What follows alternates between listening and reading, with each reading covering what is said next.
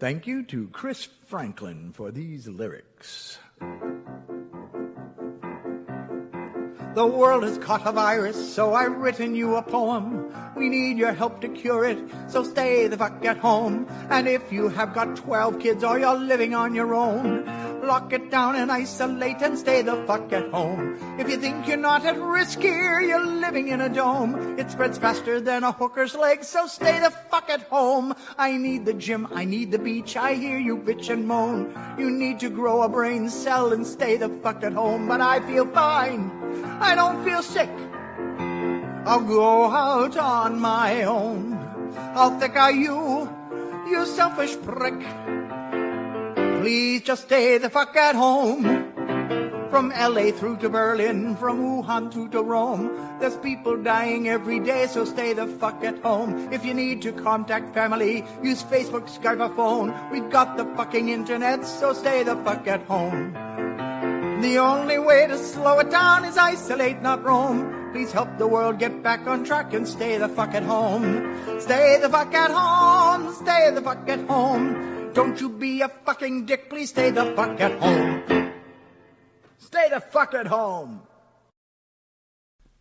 Well, good evening, folks, and welcome to tonight's edition of the Whitfield Report. I am your host, Sam Whitfield, broadcasting live here from NGC Studios here in South Florida. And no, we don't, old-timer. No, we don't need to stay at home. Not anymore. Things are starting to open up again. But hey, as long as you guys are at home, I'm glad to have you as a captive audience. So anyway, great to have you all here.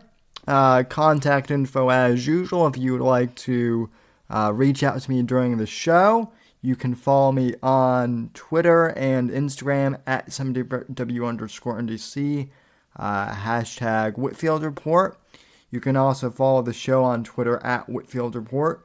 You can follow me on Gab and Parler at Sam Whitfield, Facebook.com/The Whitfield Report. If you would like to, if any of you still use Facebook, please like the page. It actually does help. So go over there and like that. TheSamWhitfield.com. I keep saying I'm going to update that website, but who knows? I might not. And as always, I'll have the audio podcast up tomorrow. I always post the show the day after. So if you miss an episode and you want to listen to it on demand, please subscribe on Apple Podcasts or wherever else you get your podcasts. And since YouTube is hiding my videos along with everyone else, the podcast is actually the best place to get the program right now.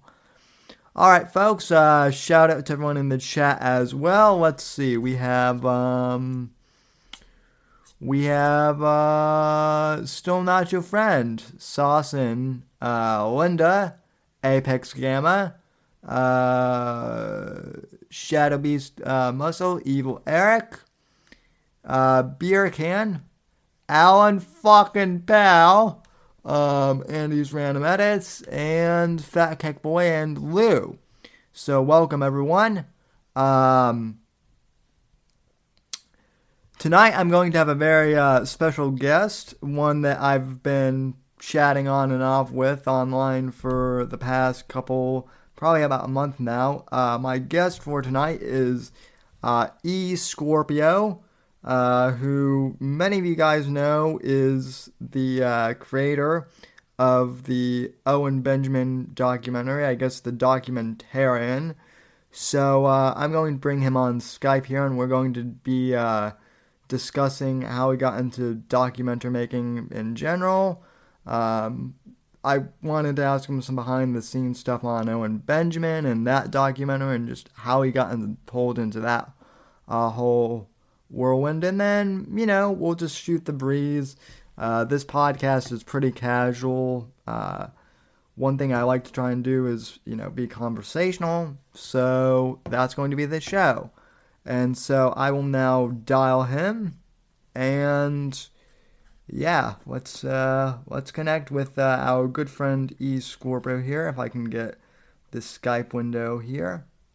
So, by the way, if you would like to donate to the show, if you're able to, streamlabs.com/Whitfield Report as well. And let's call Scorpio.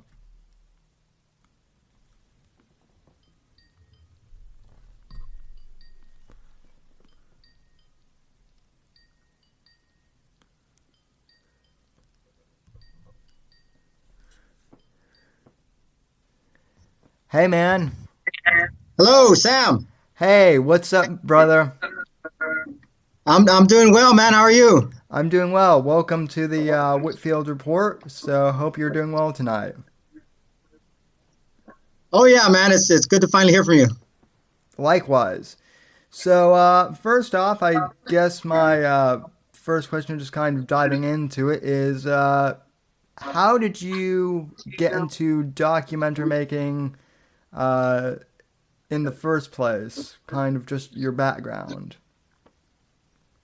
Well, as far as these the unauthorized grift series goes, I kind of just picked it up on a whim after a porcelain, bowed out. It was kind of like, I looked around for a while. When I first started thinking about doing something like this was right around the time he left, and I waited a few months, and I was going to see if anybody else was going to do something with it, and nobody ever did. So I finally figured, well, I might as well give it a shot.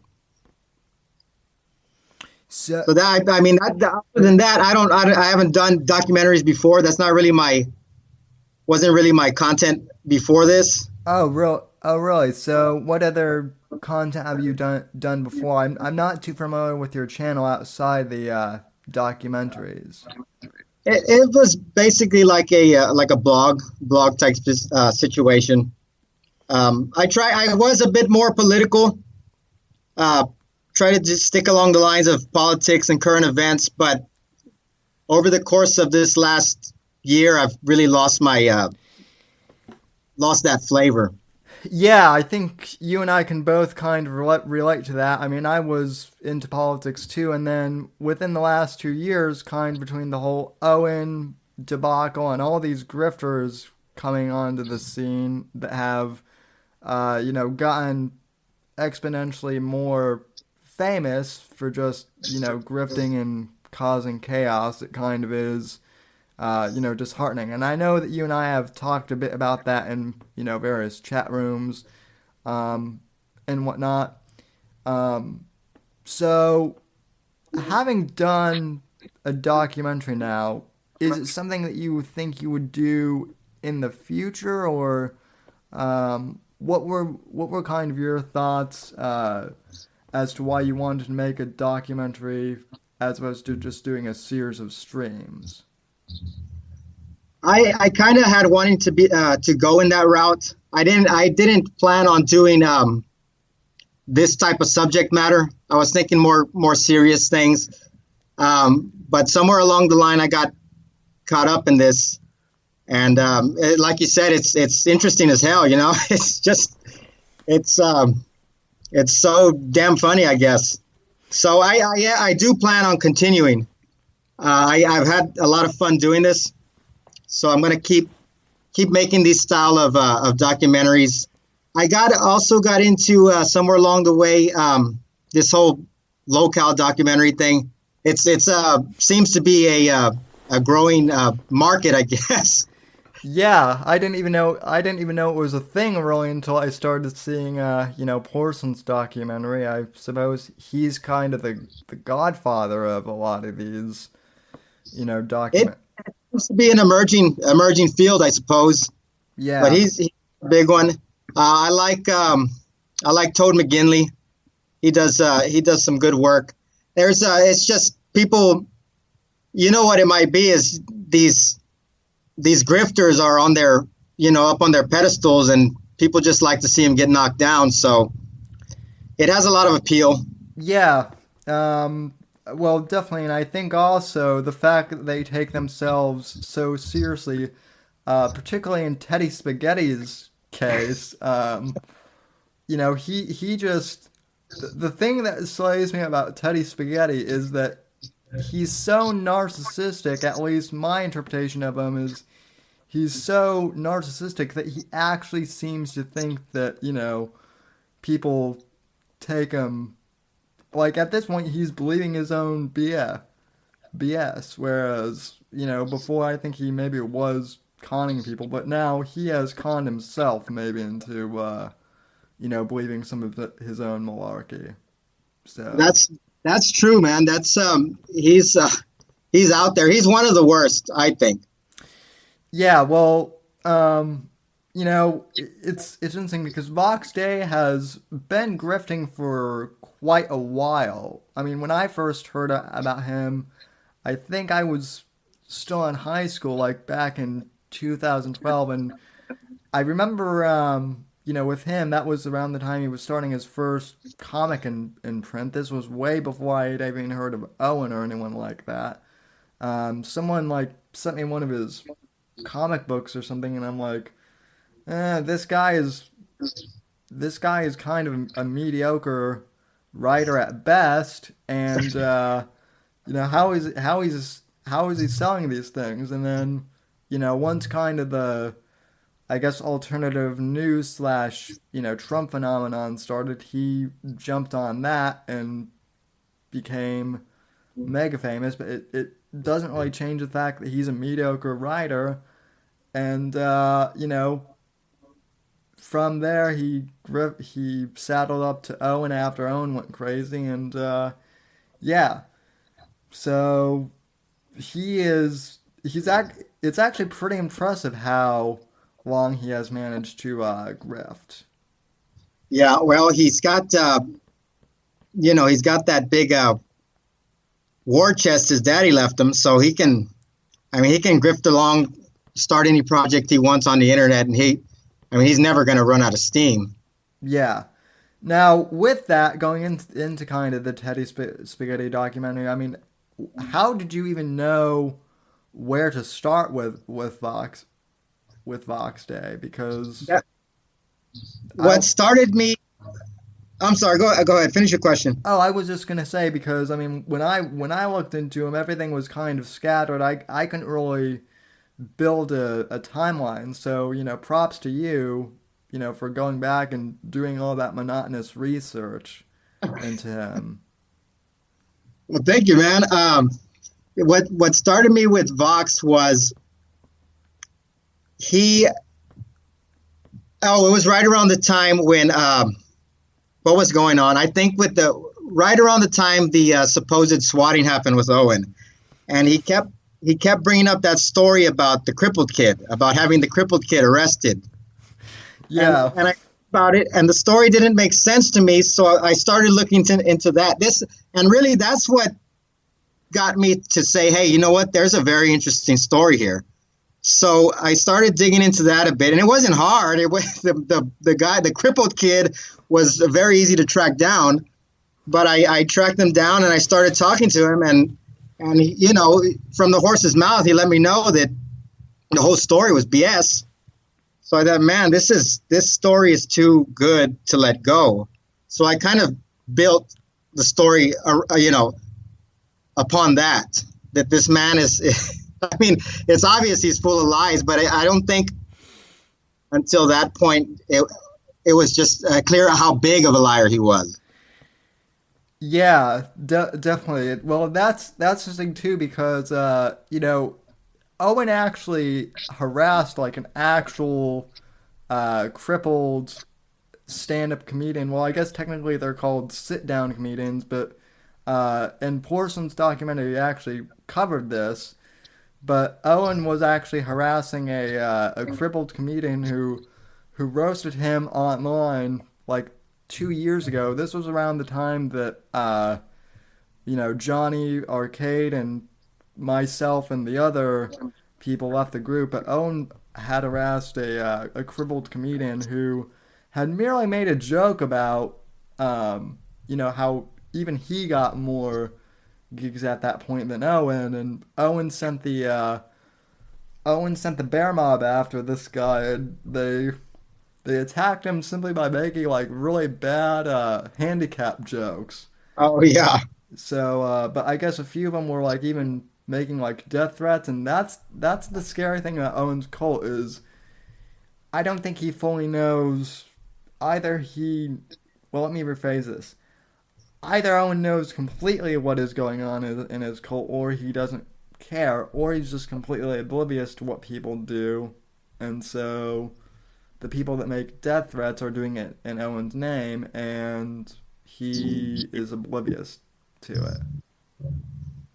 I'm not sure. I think it's a little bit of both. He doesn't know, or he doesn't care. But you know how Owen is. He micromanages all this social media. I mean, that was his issue, was he was addicted to the social media. So he's got to be at least glancing over at these little ops his bears are doing. He has to have some knowledge, I think. But of course, he has to play that part. Just like with Johnny, he said, "What do you say?" that part. If I give the word, oh, I don't want that. But if I ever give the word, so he knows what's going on.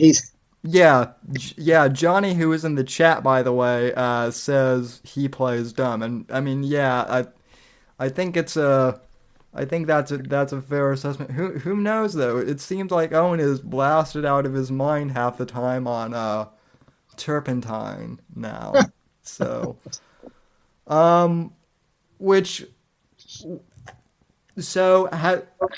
you started so when did you start making the documentary, actually? Because I know that some stuff happened in the midst of kind of making it. I think from what I heard, the turpentine thing happened while you were making it, but I could be incorrect on that. Well, with these guys is so much crap happens so fast, especially with Owen. It's very hard to keep track of. So a lot of stuff happened while I was making these documentaries. I believe I started the Teddy one in about, I think it was January. I think it was, because it takes me about a month to do these. I think it started in January and I finished Teddy's in February. I might be a bit off, but so that was right after the swatting. That was right after the bear apocalypse. And then I took about a week off and I started the Owen one. So the Owen one, I released it at the end of March. So I was making it, all of March, the last part of February. And that is when the turpentine happened. I know there were some other crazy things that I had to stick in there, but yeah, it's that was probably the main challenge, was just keeping up with the shenanigans, the unauthorized cult shenanigans. Yeah, which, I mean, as far as we know, it's May and they still don't have a net. They still don't have they still don't have a network or a platform up yet. But it still exists out there, so they haven't called it quits yet. And if you ever wanted to do a part 3 or something, it could be like still waiting for unauthorized or something like that. So, as far as I know, the last time I checked, Owen's videos still weren't there. So I mean, they weren't there at all. I've heard people say that they can't access them, but I haven't been able to. Yeah. So that's a big goose egg there for old Teddy and the unauthorized grifters. Yeah. How has the reaction been towards your documentary, both positive and negative? Do you get lots of messages from people who are clearly bears, or what was the reaction from people? There was a few bear comments, not as much as I was expecting, but overall the response was fairly positive. It was well received. I was happy with that. I really wanted, at the end of the day, I just wanted to make people laugh. I mean, those two clowns make me laugh, greatly. Yeah. So I wanted to pass that. I wanted to pass that joy on to people. Well, you actually did something which is pretty hard to do, which is you actually made both Owen and Vox kind of funny. Not in the way that they were expecting, but I mean, if they want to, they should actually, kind of dig into this and actually come out and support you, because now their relevance is dropping off even further because of this. Yeah, and I think that's part of the problem, man, is that it's like you said, they take themselves so seriously. They could probably diffuse most of the criticism if they would just realize how silly they are and just roll with it. But I don't see that happening. Yeah, I'm checking in the chat, and apparently Johnny says that Owen talked to Vince Vaughn yesterday, and he's on cloud nine about it. So, so breaking news, you heard it here first. Vince Vaughn is joining unauthorized. Oh my God! Yeah, they're gonna restart Sullivan and Son, I guess. Probably not. Well, what else does Owen? I mean, Owen. I guess the one advantage Owen has is, he's been streaming from home longer than any of these other people that are doing it now because of quarantine, and so I guess he could get back in with Hollywood because of that. So. Well, he quarantined himself from reality long ago, but. Yeah. I don't know what Owen's long game is, man. I don't think he has one. No, well, believe me, I don't think he knows what his long game is. But I will tell you this, I think for better for worse, that wasn't the last documentary. I think he is going to do something again at some point. It might not be, as bad as the gummy thing, but he'll do something equally absurd that will warrant more investigations, I guess, into his nonsense. Yeah, and it'll probably have to wait till then. I know there's going to be a part 3 eventually, but that's not going to be the next thing I do. I had something planned for Teddy. I had a little addendum for Teddy, but I put that on the shelf for now. So I'm moving on to other things. So when you say you're moving on to other things, do you mean documentary-wise or just stream-wise or content-wise in general?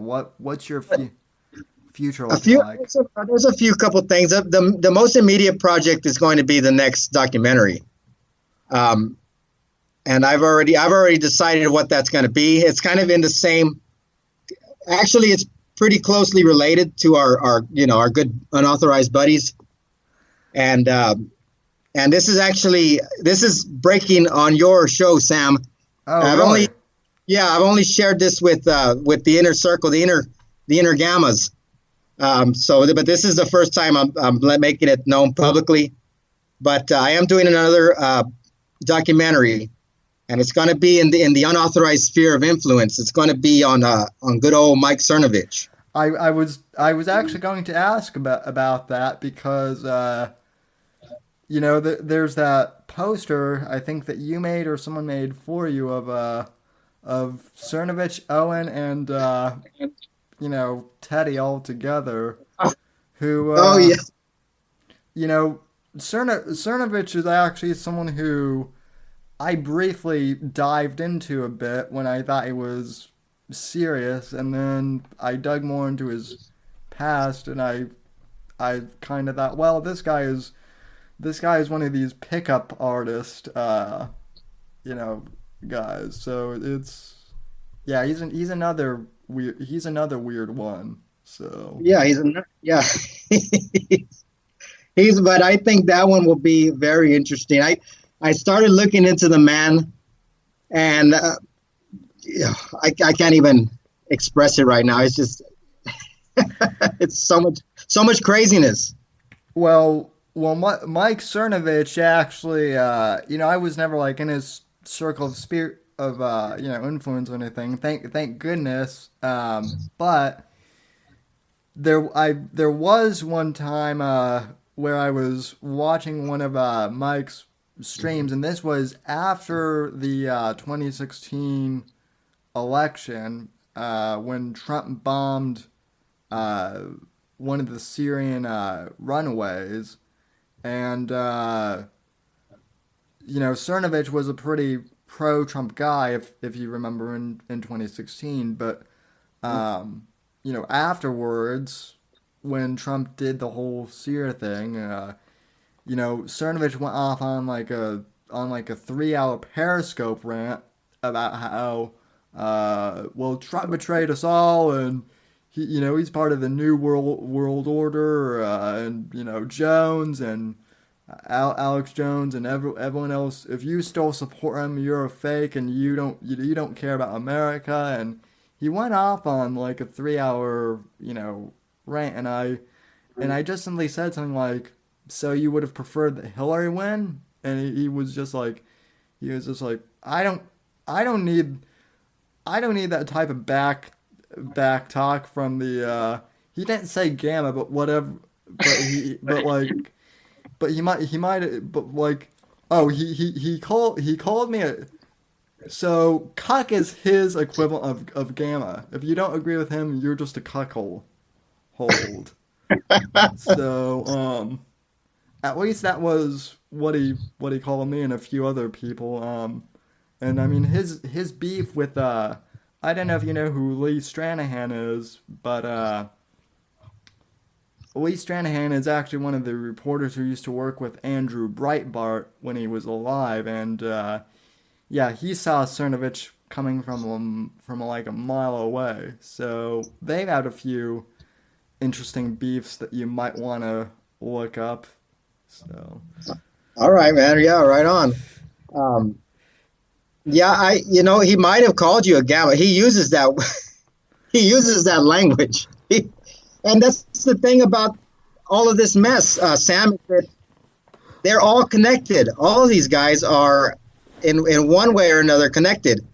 And I don't know who sits at the top of that pyramid scheme, but my bet is on good old Teddy. But they're all friends. They all are all business partners. They have business relations with each other. So it's going to be it's going to be in the same vein, just because of the associations. I think what they do is they take turns like on the throne, and then inadvertently they all end up fighting amongst each other and then knock each other off the throne, kind of. But then they just take turns getting on the throne and sitting on it, and being the de facto leader of their group. So, and that's what's so funny too is Vox seems to think that there's like a gamma hierarchy, but the thing of it is we all do like our own thing. supposedly. In fact, there are people who now get pissed when I don't mention Owen or Teddy for a, for a prolonged period of time. It's almost like they want me to cover him. So It's um, and you know, I'm sure you know you can get pigeonholed doing that type of stuff, but it's just like we were saying earlier. It's just so interesting. It's so entertaining. I know what it is. It's just the insanity is fun to laugh at for the most part, but I don't need to tell you that. yeah. Well, I explained to a friend of mine in real life. It's like watching the Kardashians, but instead of it being scripted like the Kardashians, it's a train wreck that's happening in real time. And and that's what makes it so funny to watch and you know laugh I've at these people. I've heard that analogy before. I've heard somebody describe Owen's live stream as keeping up with Kardashians for men. So Yeah, yeah, pretty much. I mean, and what's even more interesting now is the fact that Owen seems to be influencing kids now. People under 18, which I think is a little, uh, you know, I wouldn't say scary, but it's certainly interesting that now kids are watching Owen. It's like why he's not even the most entertaining YouTuber that you could be basing stuff off of. I don't see how he would appeal to any child, but more what is disturbing is that the parents let their children watch Owen. It's Owen is horrible. I mean, just the language and the concept, and I'm not a prude, Sam. Okay, but Neither am I. but it's horrible. I mean, who the hell is letting their children watch this grown ass man talk about anuses and sodomy and Mr. Pumping and what is the other one, squirt and all that? Gross, man. I was just I was watching a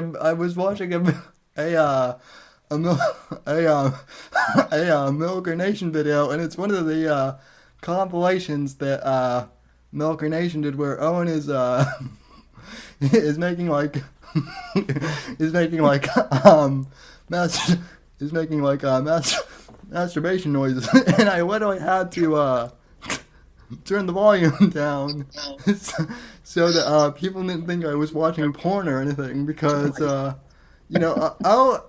Owen streams can for whatever reason they can get pretty they can get pretty raunchy for stuff on D Live and all of that. So Well, that's another one of the mysteries, man. I don't think anybody's been able to prove it yet, but that's one of the big rumors is that he was courted by D Live, and that's because I'm sure you heard about the whole controversy about whether his channel was deleted or not. I think the main channel was deleted, but it looked like he hid the first backup channel. So the theory is that he hid that channel as a way to make it look like he was completely nuked off of YouTube. But he had already had some kind of endorsement deal with D Live, and that's why he wound up over there. So that's one of those things, for someone to look into. yeah, I've only used D Live once. I mean, I don't really know that much about the platform other than the fact that PewDiePie, I guess, is like the big, star behind that.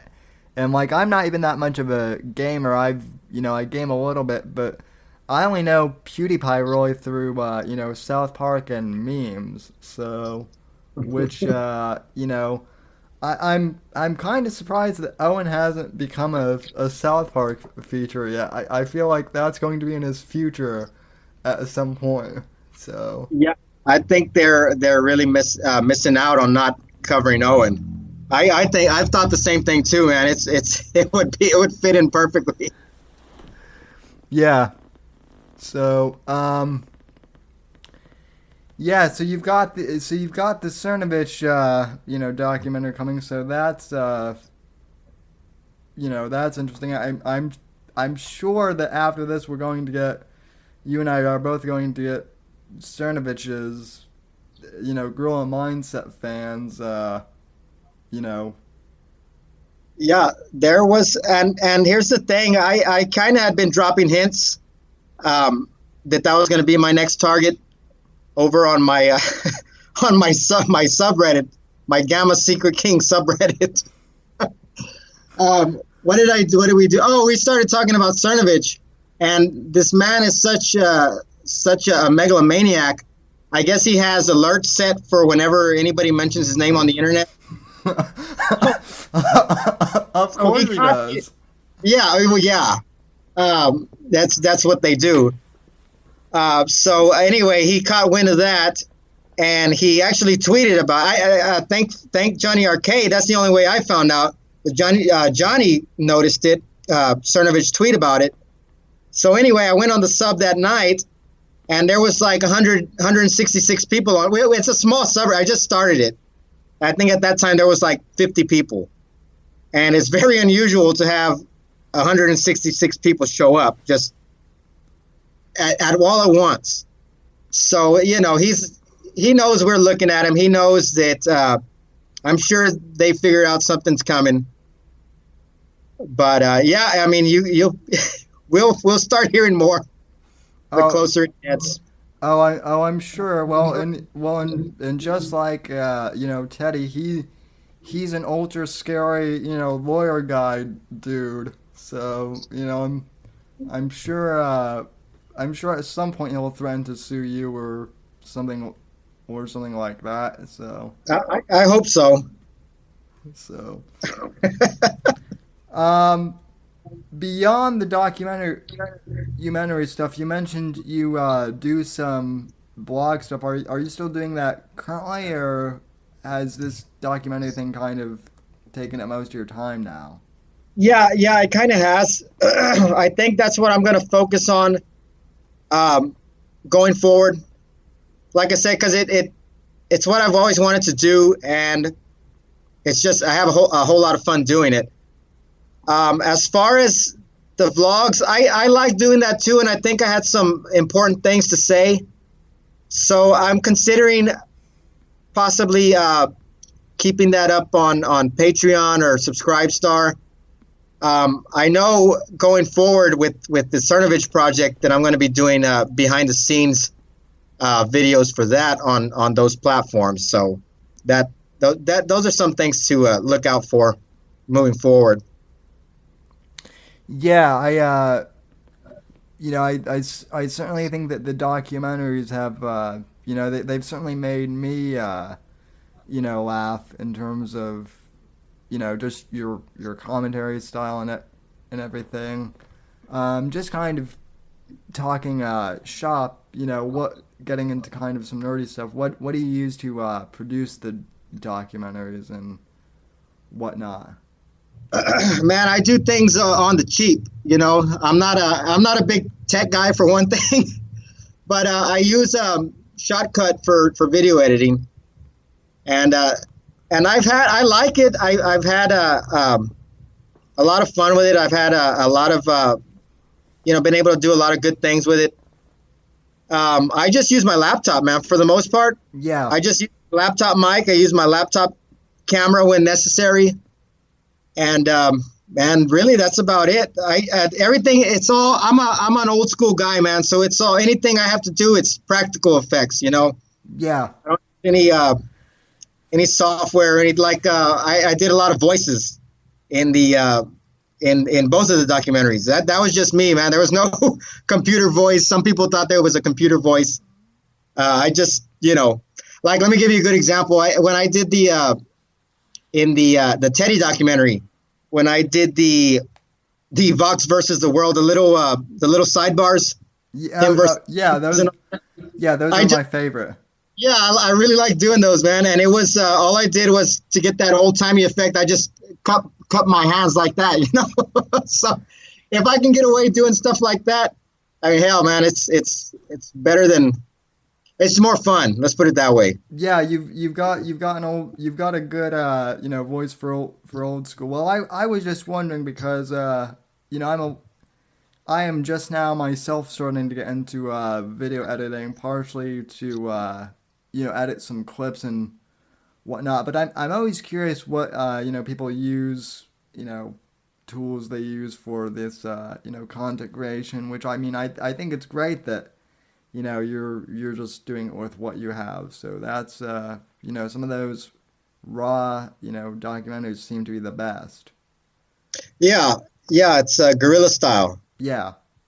But I would recommend, if that's something you're interested in doing, I would recommend Shotcut. It's like a good, entry level thing, and it's got a lot of features, and it's real easy to learn. Yeah. Well, I've been using iMovie for some of my stuff, and I actually do have Final Cut since I'm on a Mac, and I've been learning that kind of in my spare time here as well. But yeah, I think the whole documentary thing is starting to take off again, with, as you said, this whole locale thing. And I think it's also good because it's not getting as censored as some of these other streams are and whatnot by YouTube. I think that's the other interesting thing. So that seems to be, for the most part, that seems to be the case, Sam. I think you're right about that. It might be, it might be anything. I thought I would get some kind of heat for one thing, for Owen's language. I thought that might, catch me some heat. Also the stuff with him spanking that guy on the ass, I thought that might get flagged or something, but yeah. It's just, I don't know. It's just, sometimes you gotta, and I feel for a lot of these guys, that are getting their content taken down, getting strikes. A lot of those guys I'm real friendly with. You mentioned Milker Nation earlier. Man, I love that guy's work. I watch, he has and he's gotten hit a lot recently. Johnny too, man. Yeah. But yeah, it's just, it's one of those things. Sometimes you get lucky. I know for my part, like with the documentaries, I tag them as education. So I don't know if there's a bit more leeway with that. well, they certainly are educational, and it's kind of like edutainment, I guess, would be the best way of putting it. Yeah, and as far as going back to the Owen documentary, I think it's also interesting how a lot of the information that you put out there was actually new, even to those of us who, kind of were there when all this stuff went down. Like, for instance, when you interviewed that comedian, that had that experience with Owen, in that club, none of us had even ever heard that story, or even knew where to look. So, did that guy reach out to you, or how did that come about? Obviously, I know you can't disclose all the details, but that one was particularly interesting. Yeah, that was one of my favorite parts. That was an interesting story. I reached out to him actually. And the reason I did that was because I got a tip through Reddit, through one of my gammas sent me an anonymous tip, and they said, hey, there's this guy, you need to there's this crazy story about him, you need to look him up and talk to him, and I did, and I thank him, the anonymous comic. But yeah, he had a story to tell, and I want to tell you, Sam, he's probably not the only one, if we're being honest, with that story. I can only imagine the stories that some, more well-known comics have of Owen, as well. I mean, I've heard.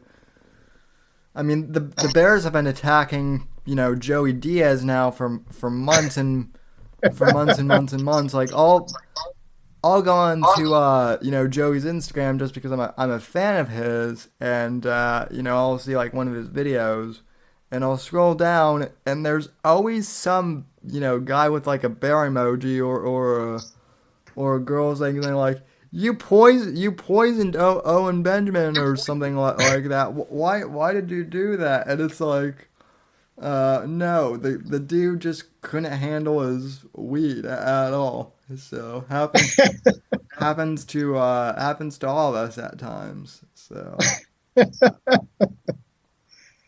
I cast a pretty wide net, man. I didn't think to contact Joey, but I did reach out to Rogan. I reached out to Sam Tripoli. They never got back to me, which I can understand. I tried to get in touch with Owen's father, with J.K. Smith, and I thought maybe he might talk, but he never got back to me either. But there was a lot.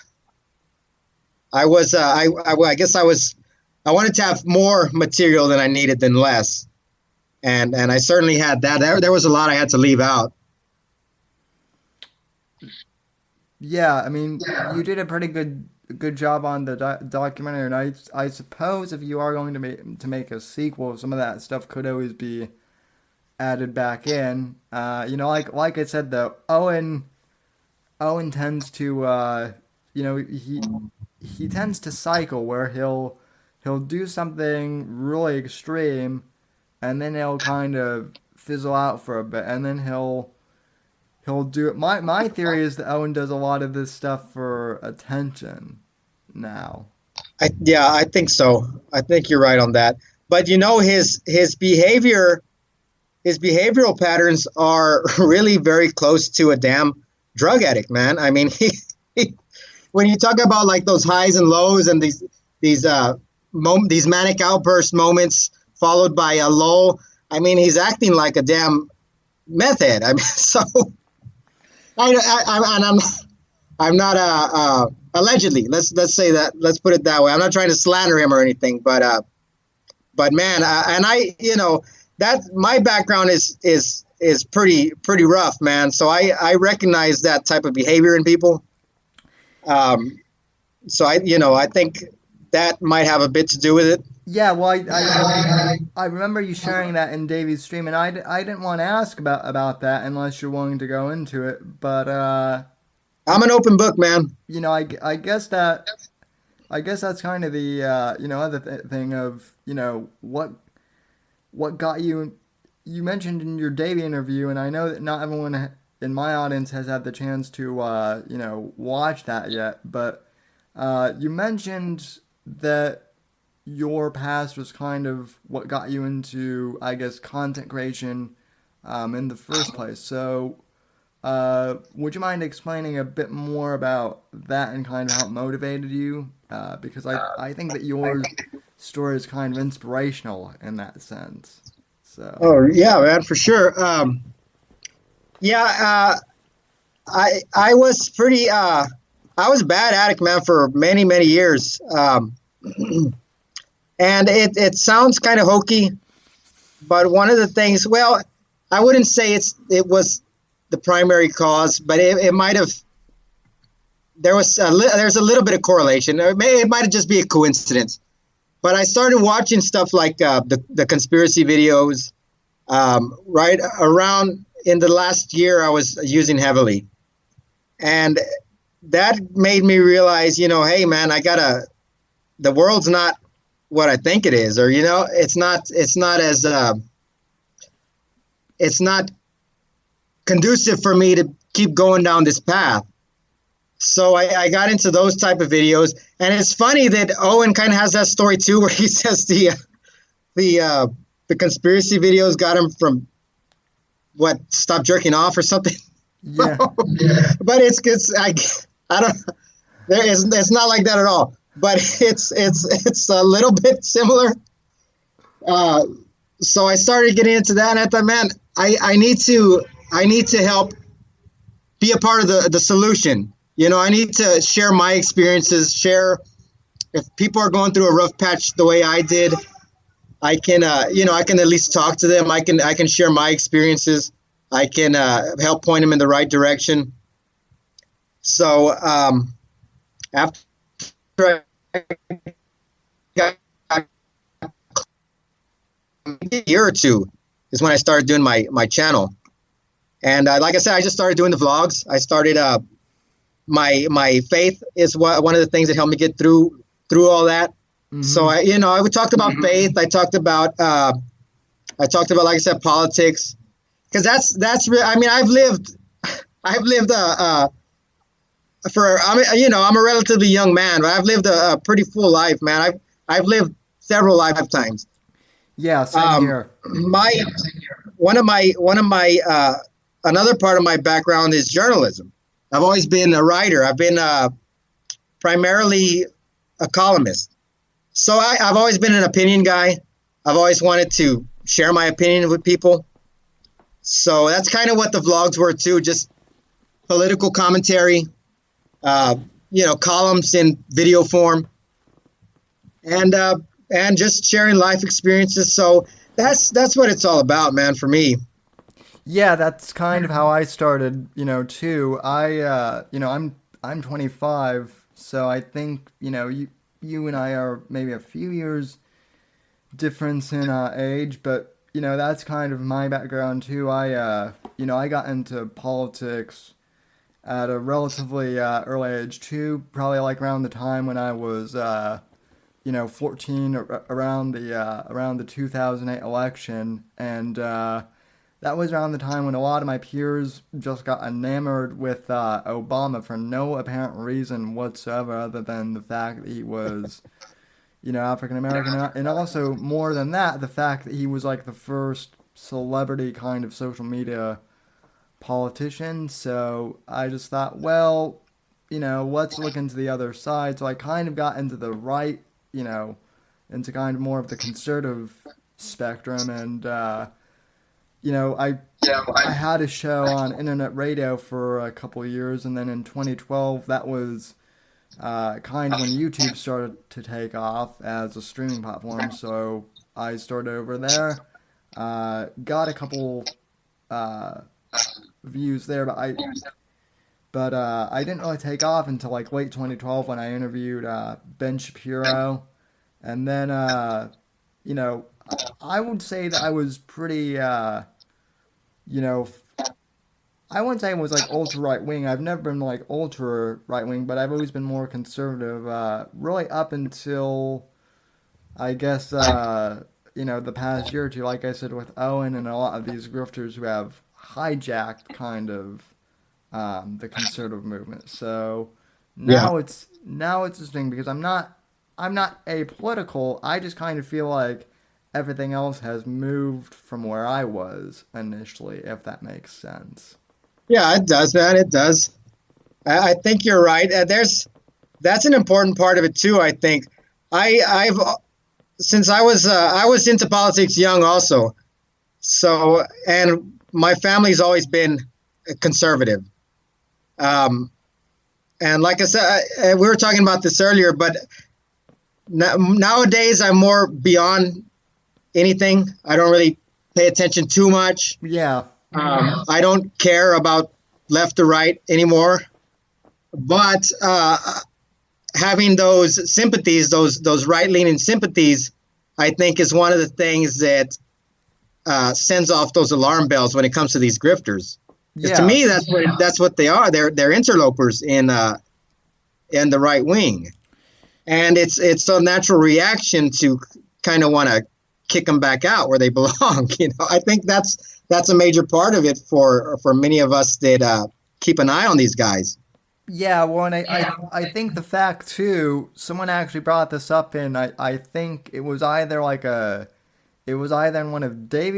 in one of Davey Crocco's streams, or maybe someone said it here in one of my streams, but someone in the chat like a few weeks ago had a great comment that now it seems like every, kind of right, of center stream is like almost like an NPR donation drive, because they're just constantly saying, go to my Streamlabs and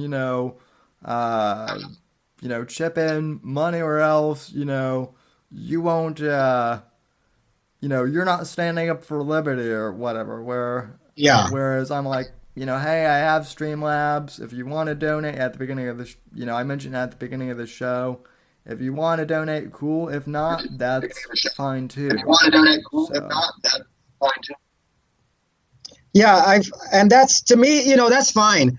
I think the grift component is, like you just mentioned, if there's some type of ultimatum, the freedom of this country depends on you donating to me. That's usually how these guys play it. Show your true colors, your true conservative colors, and help out this, whatever the hell they got, book or podcast or whatever. But I mean, I do the same. I've always had my PayPal and my whatnots, and they're there if people want to check them out. If not, I'm not going to push it. I kind of have that thing about me where I don't hit people up, but they're always there if people's interested. I'm not going to force anybody. It's the fate of the U.S. Constitution doesn't depend on somebody giving me money or not. Yeah, I don't think so either. And I think more than that, I think, taking a break from some of this stuff is, good too, because I think one of the things that happens with, a lot of people, I think it happened with Owen in particular, was you start to dive into some of this stuff, and I think eventually, Owen started diving into conspiracy videos, and he just went down a rabbit hole where, he went crazy because it was information overload. And I mean, I know a lot of people like that, in my real life, who have gotten on these conspiracy, thought trains, and then they end up going crazy because they think the whole world is out to get them. So. Yeah. And you never know how much of that is underlying mental illness. I think Owen is a hard case, though. I don't know if it was necessarily the conspiracies that got him that way. For one thing, I think he was always just an asshole. Yeah.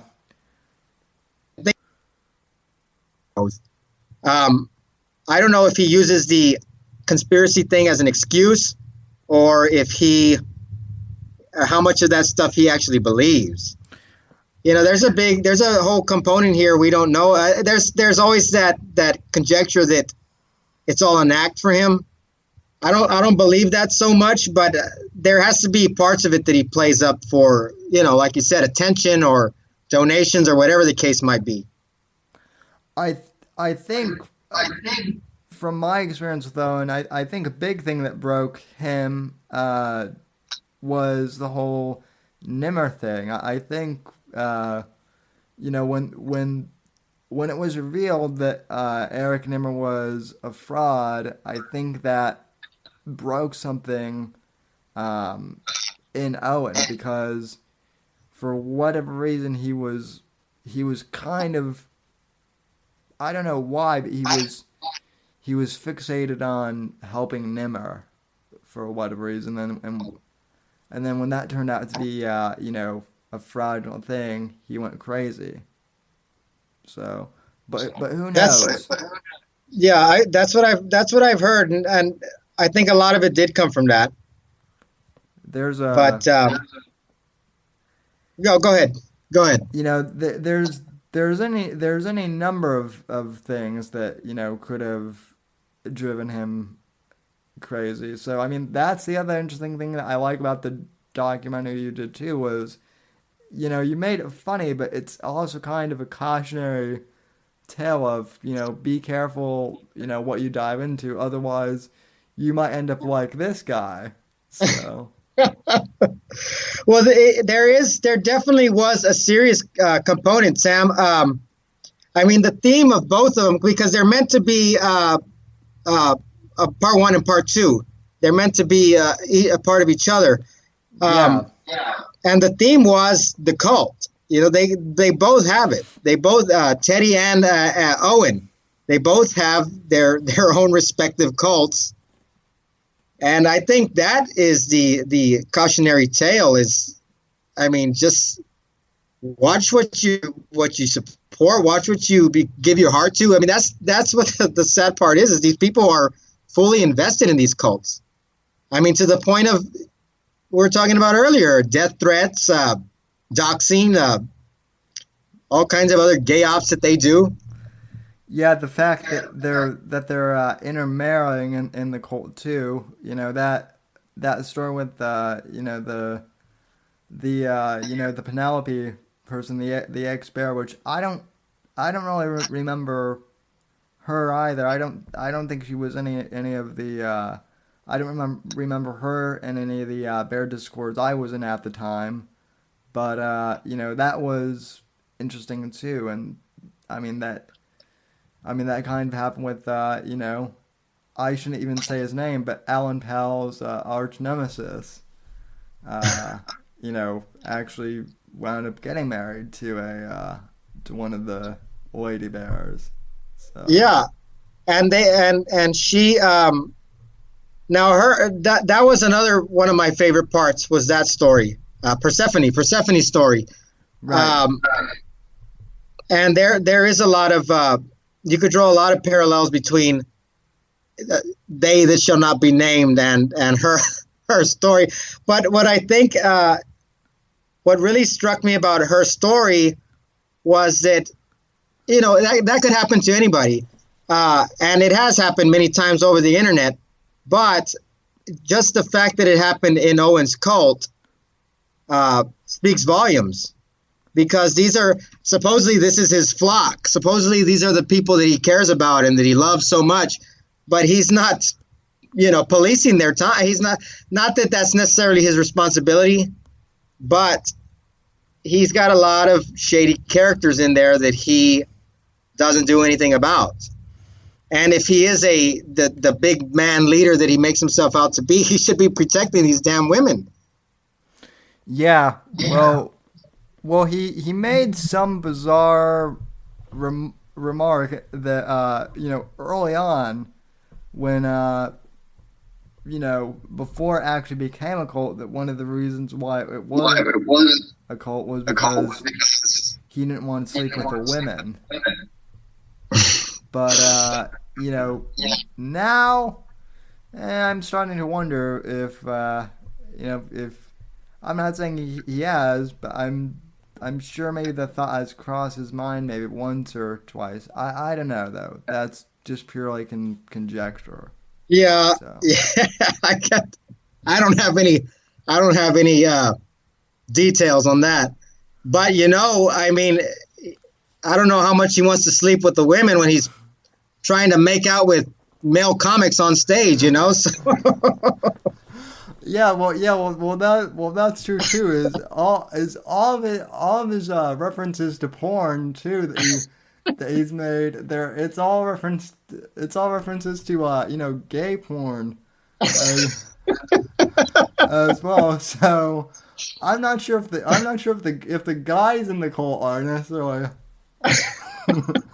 They better watch their backs, man. Yeah. So, I mean, I have gay friends who aren't even that obsessed with gay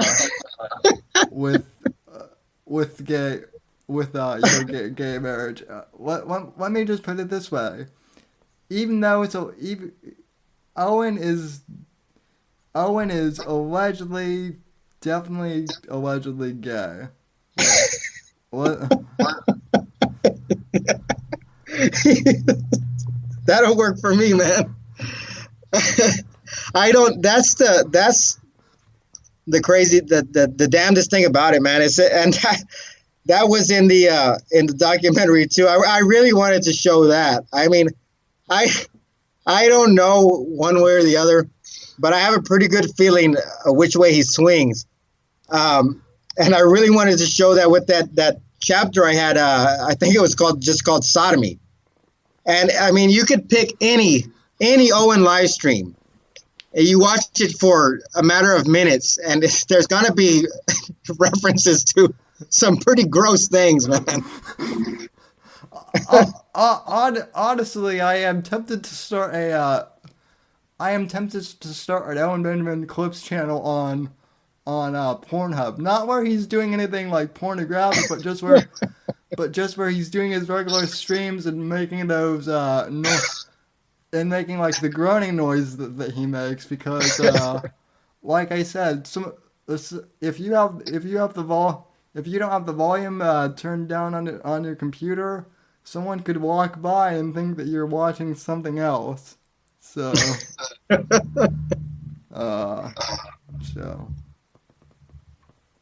Yeah, it's gross, man. There was I don't know if you want to talk about that.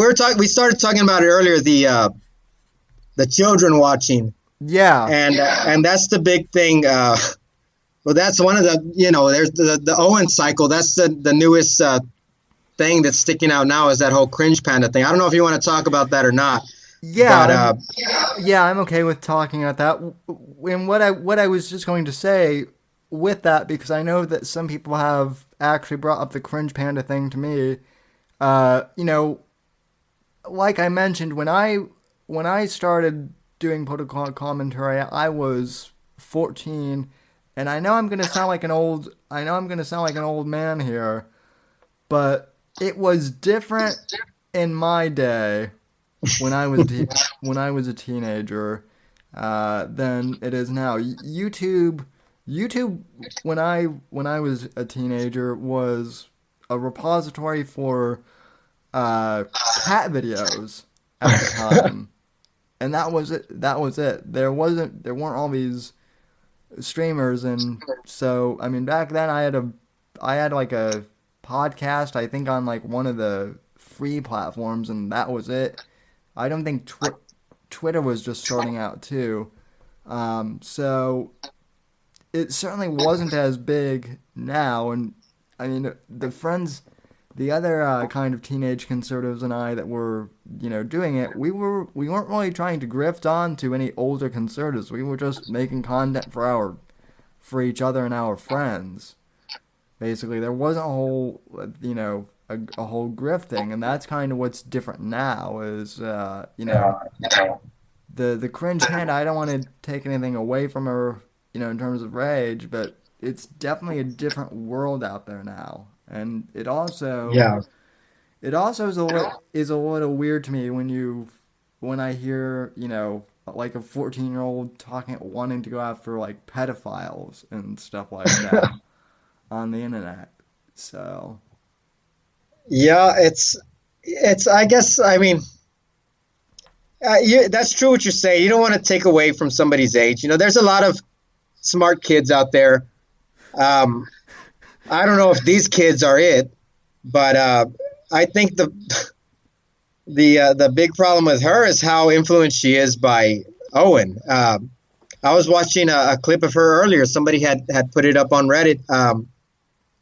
Her using all his phrases. What was she saying? Send me gravel for my babble. I think she freaking refers to guys as squirt boys. She shouldn't be talking about stuff. I mean, I know we probably said worse when we were kids, but you don't want to promote that. You don't want to see it when you get to be, older like us. You don't want to see kids talking about squirt. You definitely don't want to encourage them to do so. Yeah, I mean, my friends and I in high school, we made crass jokes amongst ourselves, but we weren't looking to go to the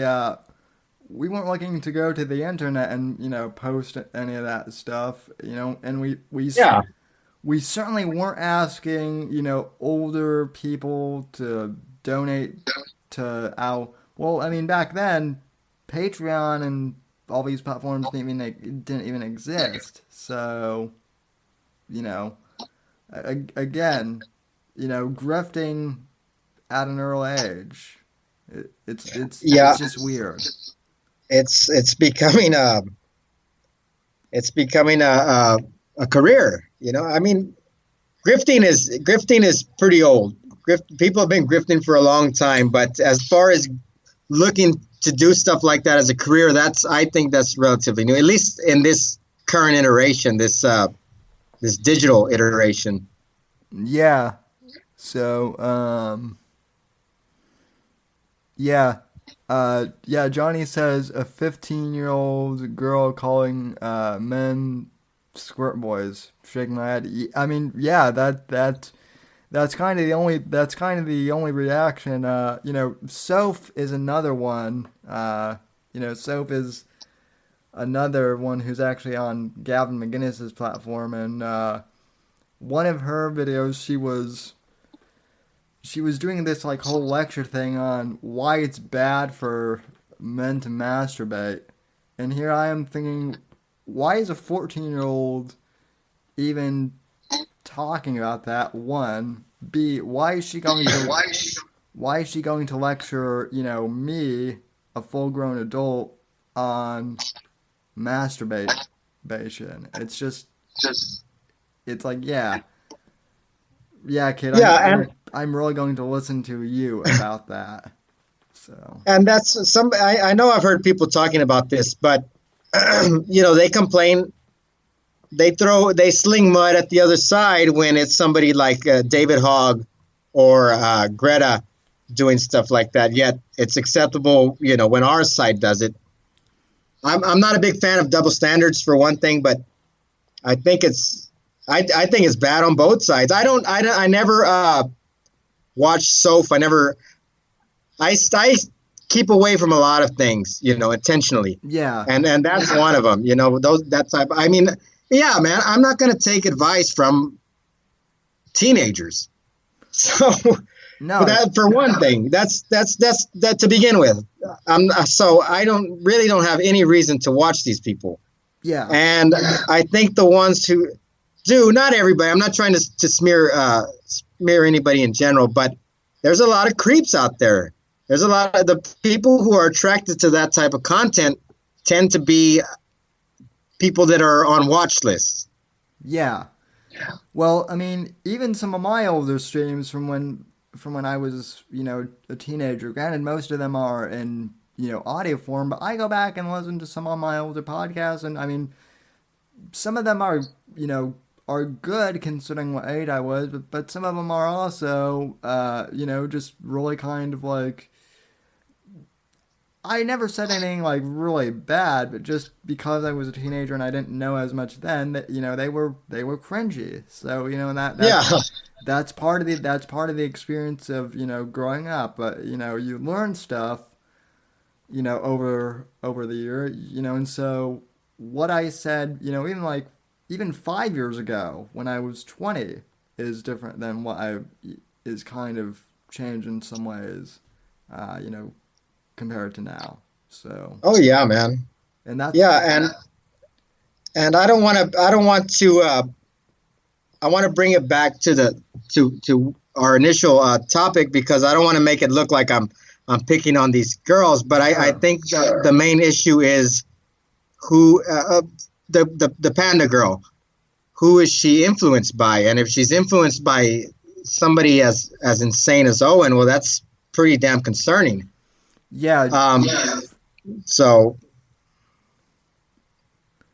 Yeah, I mean, I definitely think, you know, and I mean, that's the other thing is Owen said that, you know, he kind of disavows her, which I guess is good, but part of me also has to wonder maybe if that's because she's a girl, and because the other thing that I've also noticed with Owen is he talks a lot about masculinity and how we need to, you know, raise young men, you know, properly. But I rarely ever hear him, you know, talking about like raising a daughter or anything like that, which, I think that's partially only because he has sons, but, hey, if you're a thought leader, don't you want to be, teaching, prospective parents how to be good parents to both, sexes? Yeah, yeah, and that should show you right there what he's really interested in. He's not. I don't. As much as he pushes that about trying to teach people how to live traditionally and off the land and all that, he offers very few lessons. I think at one time he was supposed to teach people how to grow crops and stuff like that. But he talks about that's supposed to be his whole thing, right? I mean, like you said, thought leader. But what are his thoughts? It's all anus and ween. I mean, there's no substance there. It's all garbage. Yeah. Yeah. Yeah, the substance of Owen's the substance of Owen's lectures are all onion skits from 15 years ago. So yeah, and but he can't there's even there's no. he can't Go even, ahead, Sam. Oh, I was gonna say he can't even do those well. So yeah. Well, he's a horrible comedian for one thing. There's no talking about raising daughters or whatever. He and this is another trait that he either acquired or has always shared with men like Teddy, who doesn't believe women should vote, and Cernovich, who we won't get right now. We won't get into his track record with women, but it's that I was saying this the other day. I'm not the type of man who throws around the label misogynist, but these guys, these unauthorized grifters are misogynist to the core. So Owen doesn't care how your daughter's raised. Owen doesn't care what your wife is doing as long as she's, working the farm. So that really is not his concern. As far as him banning Cringe Panda, I think he saw that partly as being a hot potato that he wanted to get rid of. But at the same time, in my opinion, the larger part was that he was jealous of her. Yeah. I think he was jealous of her following and just outright dismissed her. But what I'm also saying too, because I agree with you on that, but what I'm saying too is I don't think Owen would have been so dismissive of her if Cringe Panda were like a 14-year-old boy. I'm not saying anything that like, Owen I'm not saying Owen's a predator or anything like that, so don't, read into that, but I certainly think that because Owen is so overly pro-male, I think that he would be like, yo, check out this, 14-year-old guy's stream, he's crushing, or something like that. Yeah. So. Well, there's precedent for that. I mean, he supported Fuentes at first. And, Fuentes was not, I think he might have still been a teenager when Owen first started supporting him. But yeah, so I mean, there's that. You're right on that. I mean, he supported Fuentes for at least for a little while.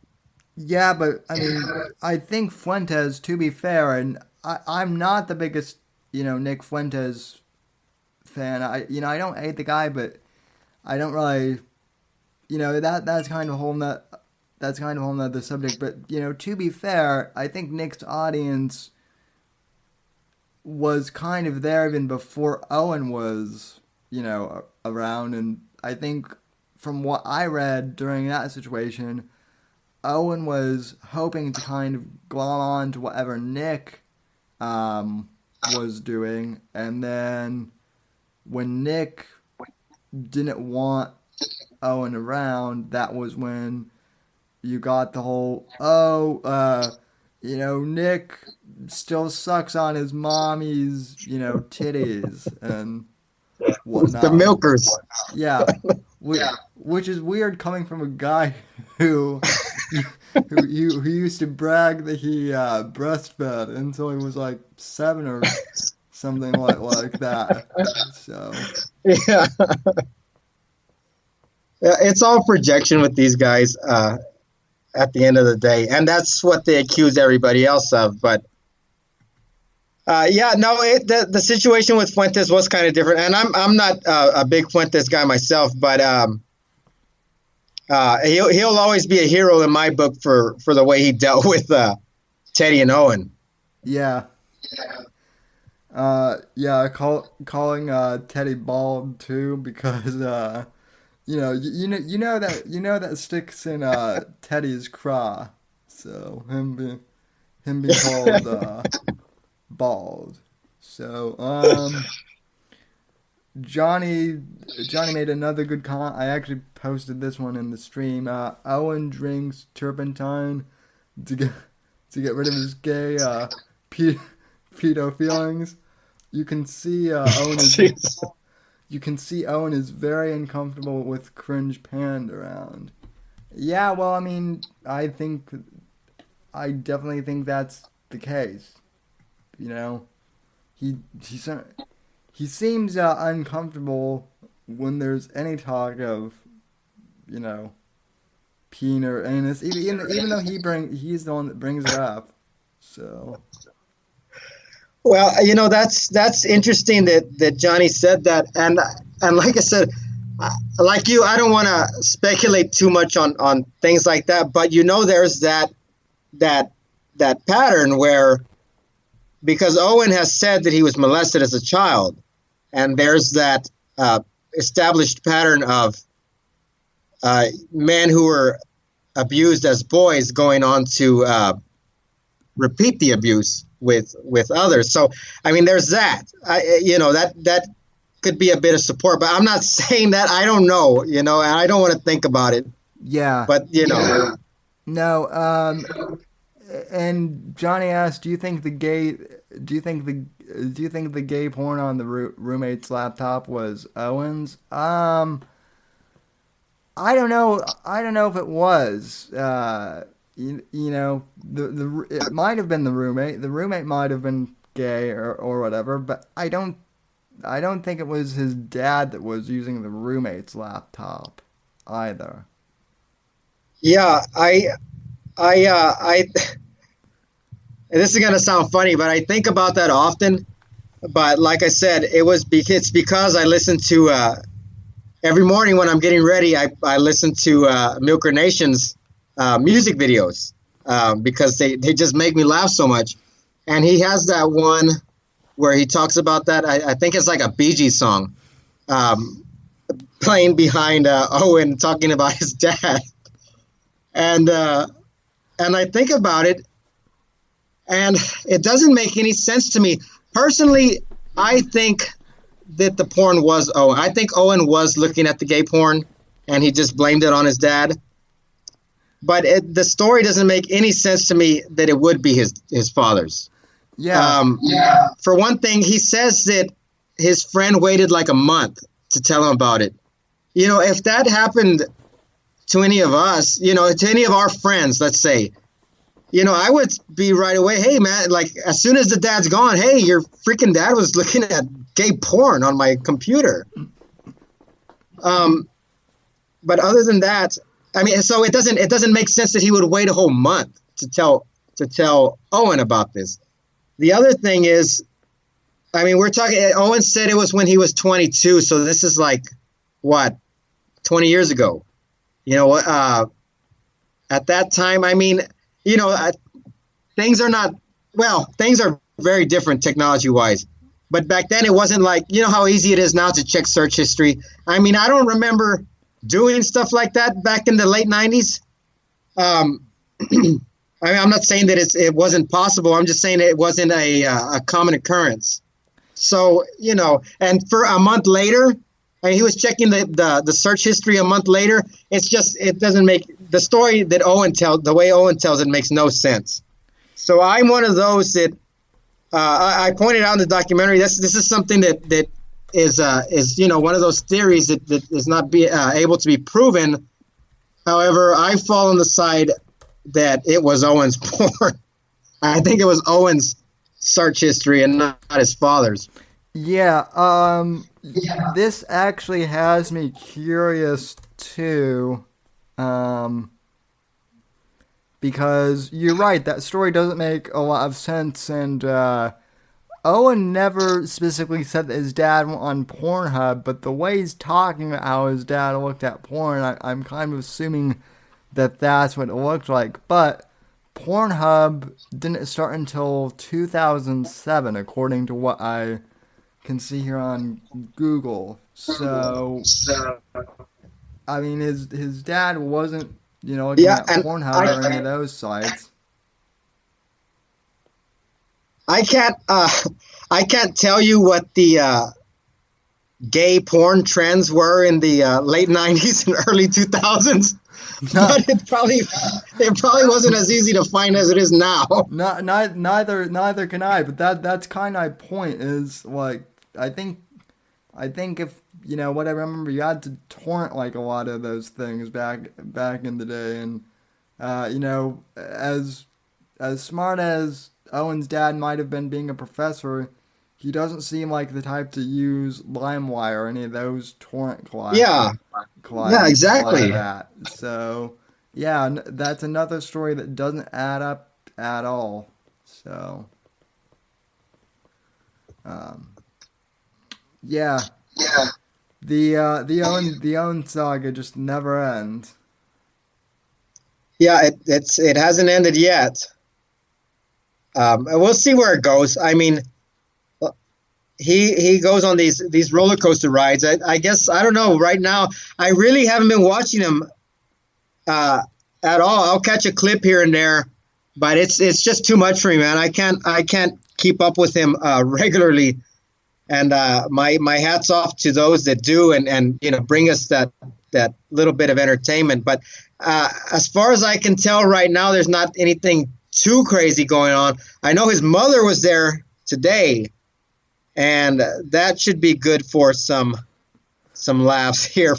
I don't know how long she's going to be here, but that should be entertaining, to say the least. I know that Owen seemed to be concerned that his mom was going to get coronavirus at some point. He didn't say it, but you could kind of tell the look on his face when talking about corona. He definitely seemed concerned about it. Yeah, and I didn't want to bring up such macabre topics, but since you did, I think that might be where the story ends, or that might be where the next big spiral comes from, is when, that old lady finally kicks the bucket. So, well, yeah. I mean, to be fair though, I mean, she's in her. To be fair, she is in her 80s, and oh God, here I am, and honestly, I wish her well. Other than the fact that I mean, she has. I mean, I do feel bad for her if her husband really did yeah.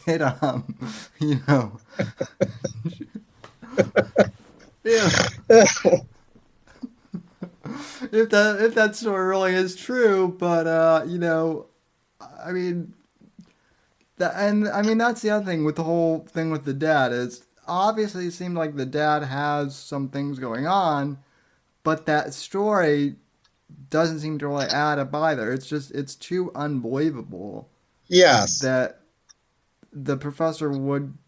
such an esteemed professor would be, doing all this and, getting away with it for 30 years without anyone in a town as small as Oswego knowing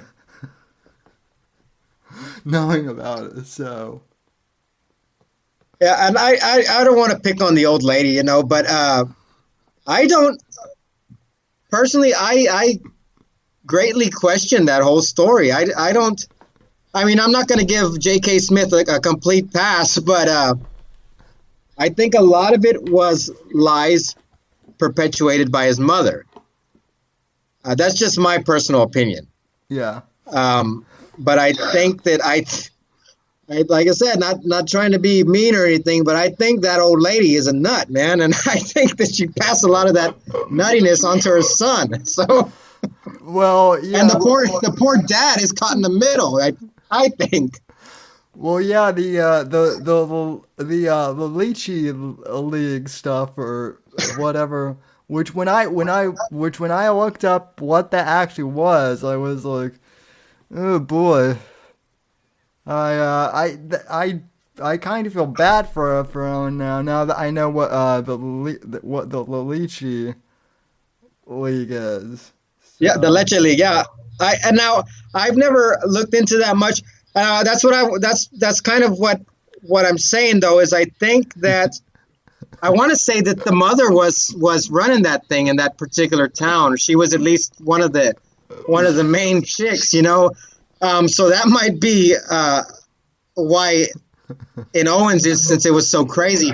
But I've heard of the Leche League before, and I always just thought it was a support group for breastfeeding mothers. So I don't know how outside of Oswego if they're breastfeeding till 7 or 8 years old. You know, I don't think that's a common thing with those ladies, man. Yeah. Well, let's see. Johnny says, "You guys are monsters." Well, I mean to be fair, Johnny, you've been around me for 2 years, so you know I have a dark sense of humor, and then if you look at Rate My Professor ratings, she sucks. They yeah, well, yeah, that's true too. If you look at you know, the parents' Rate My Professor ratings, the dad is loved by everyone. The mom, not so much. Not so much, to put it nicely. So, well, that's the main complaint from those students was her let's say her flightiness, her absent-mindedness. Yeah, well, oh, and Johnny also said that Owen's going to accuse us both of attempting to murder his mom. Yeah, but the problem with that, Johnny, is I have a rock solid alibi, and for one, I'm not very interested in leaving my current location at this time to go to New York during this time of year, especially with what's going on right now.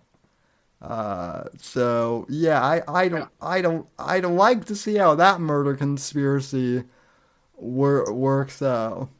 So what they accuse us of with that. So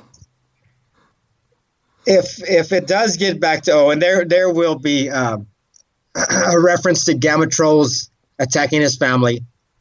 It might come sooner or later. I don't know if you saw on Instagram or Reddit or whatever, but Amy actually started commenting on some of my stuff on Instagram. So and we'll see if there's any fallout from that. But yeah, that's his old standby, man. Is so and so is attacking my family, or I mean, he said it with his dad. He said it with Johnny. He said it with Alan. It all comes back to harming Owen's family. Yeah, even though I have no idea where they live, or you know, well, I mean, other than what he has said with the PO box, but beyond that, I've I don't even really care to look at Owen's property on Google Earth. So Yeah, nobody cares. Nobody cares, man. He's just crazy. yeah. I mean, and he has a lot of haters, and none of them care enough to go and pay him a visit or anything like that. He's just a damn Looney Tune, man. He certainly is. Yeah, he's one of the internet's most giving train wrecks, though. I will give him that as kind of a backwards compliment.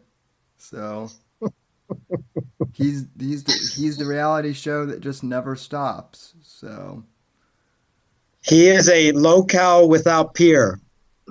And yeah, and he's a locale that just never refuses to to just, whenever you think you've milked him for all he's worth, he just keeps producing new material to be made fun of. So at any rate, though, do you have any questions for me or anything that you'd like to bring up? Oh man, I think we covered most of it. I guess that's just it. Just keep a lookout for some of these new projects coming up. I think what I'm going to do is, because I've said this before, the YouTube channel is more of a hobby. It doesn't pay the bills. Let's say that. So I'm not very active on it. And but I think what I'm going to do is as I begin this next project, I think I'm going to clip parts of the documentaries and put them up on my channel. So there's that to look out for.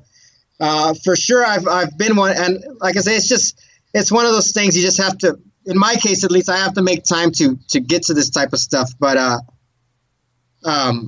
I definitely want to put up the standalone Vox Day versus the World clips. Yeah, those are great. And possibly the love letters from the cult. Maybe a couple of other ones. Love letters from the cult are good. You could actually do a whole series on those continuously, just because they just keep.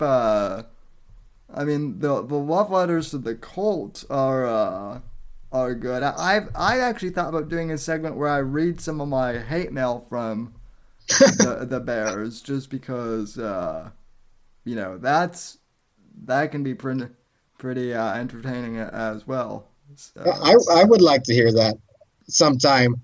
So yeah, well, the love letters could be a series. Ted's feuds could be a never-ending series. But I'm kind of in that position where I don't want to be pigeonholed as an Owen guy. Yeah. But so I'm gonna change things up for the time. But I don't want to be too dry as far as content goes on my channel. So I'm gonna put a few little things like that up while I'm working on the Cernovich one. And like I said, also there's gonna be more. I have the full interviews from Johnny. I don't have Johnny's up yet, but I have Davies and Chuck Boris's interviews up on my Patreon and Subscribe Star. And I'm hope to have all the interviews up soon. But other than that, I'm going to probably continue the vlogs if anybody's interested in that, and behind the scenes on the new documentary at Patreon and Subscribe Star. So you have the vlogs and the behind the scenes exclusively on your Subscribe Star, huh? Yes. Okay. So. Well, yeah, the behind the scenes and the interviews from the documentary are on Patreon and Subscribe Star. Interesting. But I'm saying I'm considering continuing my vlogs on those platforms. Yeah, that sounds like an interesting plan. I was gonna say I might sound like a bit like Joe Rogan here, but have you ever thought about starting a podcast? You certainly have the voice for it. And I've always been interested in radio. I listened to AM radio for many, many years. Yeah, I've that's definitely an interest of mine. It's just something to add to the list. Right now, I've got so much going on. But yeah, I mean, I'd love to look into that sooner or later. Sure. So, and then, last but not least, what are your thoughts on this whole COVID thing and the current state of the world? So. Oh man, like I said, I just keep a side eye on all that stuff now. Yeah. But that stuff, I was sick of hearing that about that stuff as soon as it first popped up on the news. Yeah.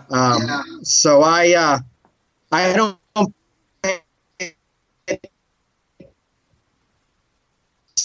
I'm still working. I'm still going about life normally.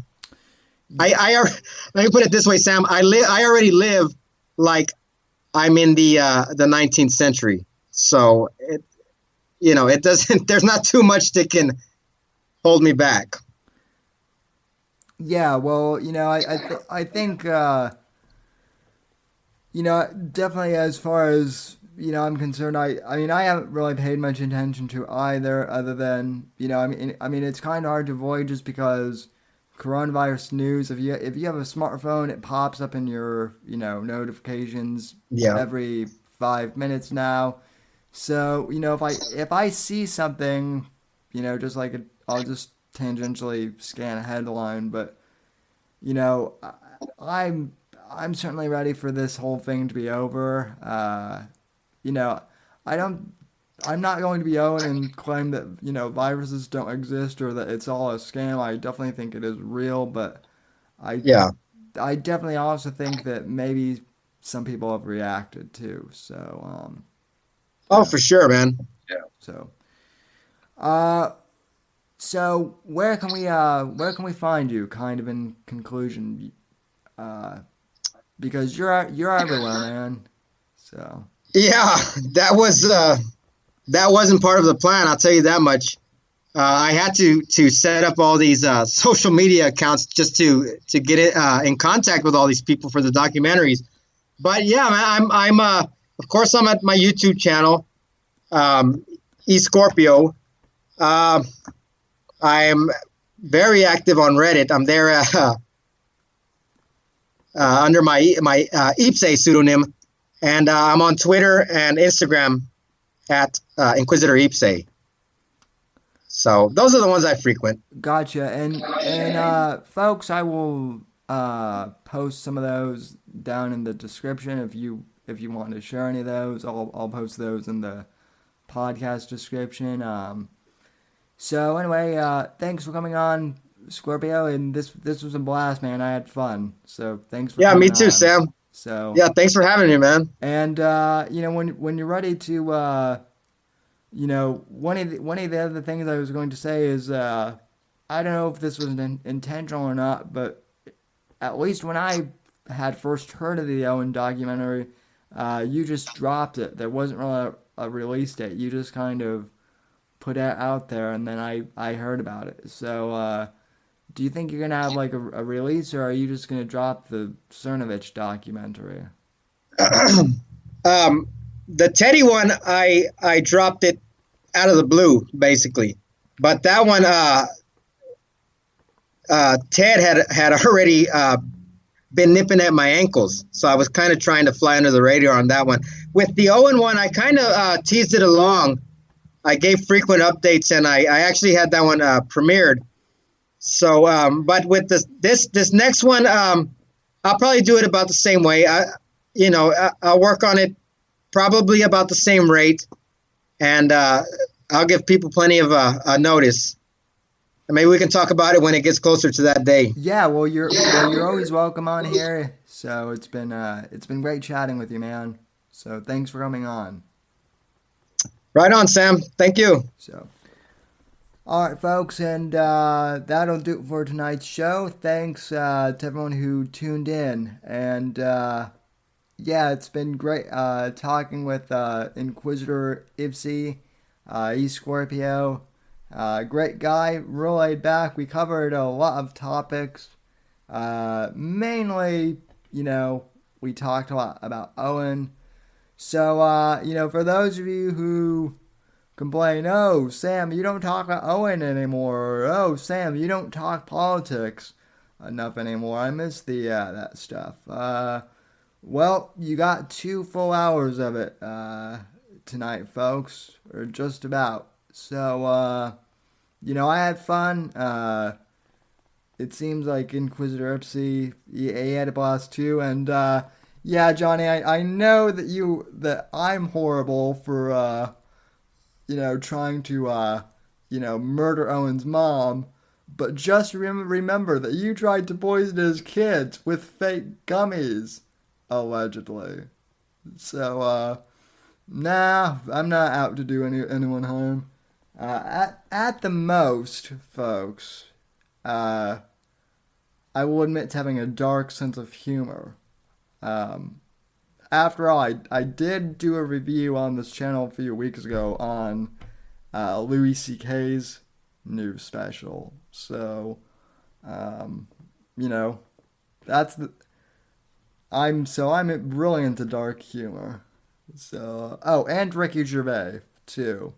I've been watching lots of Ricky Gervais stuff tonight, or lately, I should say.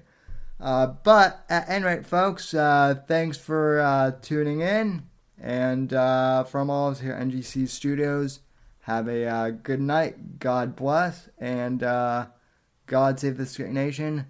God, freedom, legacy in that order, and I will see you on the next broadcast. So, good night, everyone.